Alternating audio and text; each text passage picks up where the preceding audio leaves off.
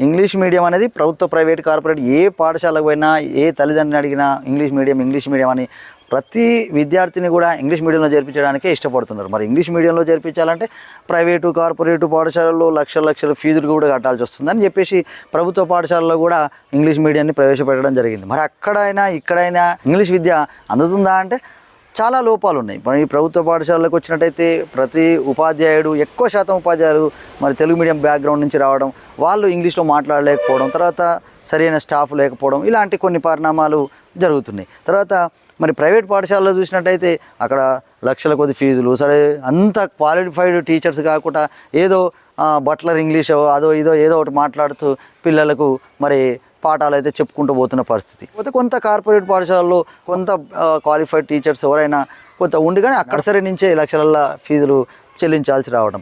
మరి ప్రభుత్వ పాఠశాలకు వచ్చినట్టయితే డైరెక్ట్ ఫస్ట్ క్లాస్కు రావడం, నర్సరీ, ఎల్కేజీ, యూకేజీ లేకుండా. మరి ప్రైవేట్ పాఠశాలల్లో ఏమో నర్సరీ, ఎల్కేజీ, యూకేజీ అయినాక ఫస్ట్ క్లాస్ రావడానికి ఒక 3-4 సంవత్సరాలు చదివిన విద్యార్థి రావడం.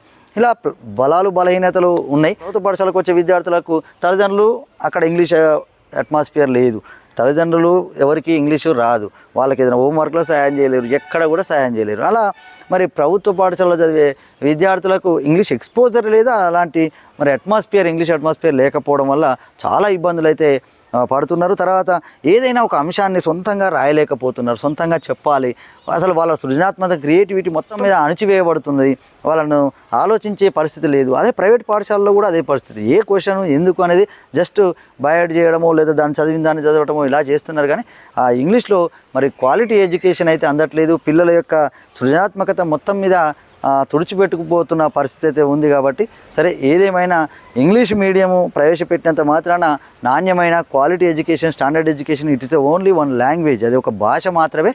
కానీ సబ్జెక్ట్ నాలెడ్జ్ ఇవన్నీ పొందాలంటే మరి చాలా అంశాలు అయితే నేర్చుకోవాల్సి ఉంటుంది. విద్యార్థులు తెలివి ఉండాలి, ఉపాధ్యాయులు కూడా మరి వివరించి చెప్పే ప్రయత్నం చేయాలి.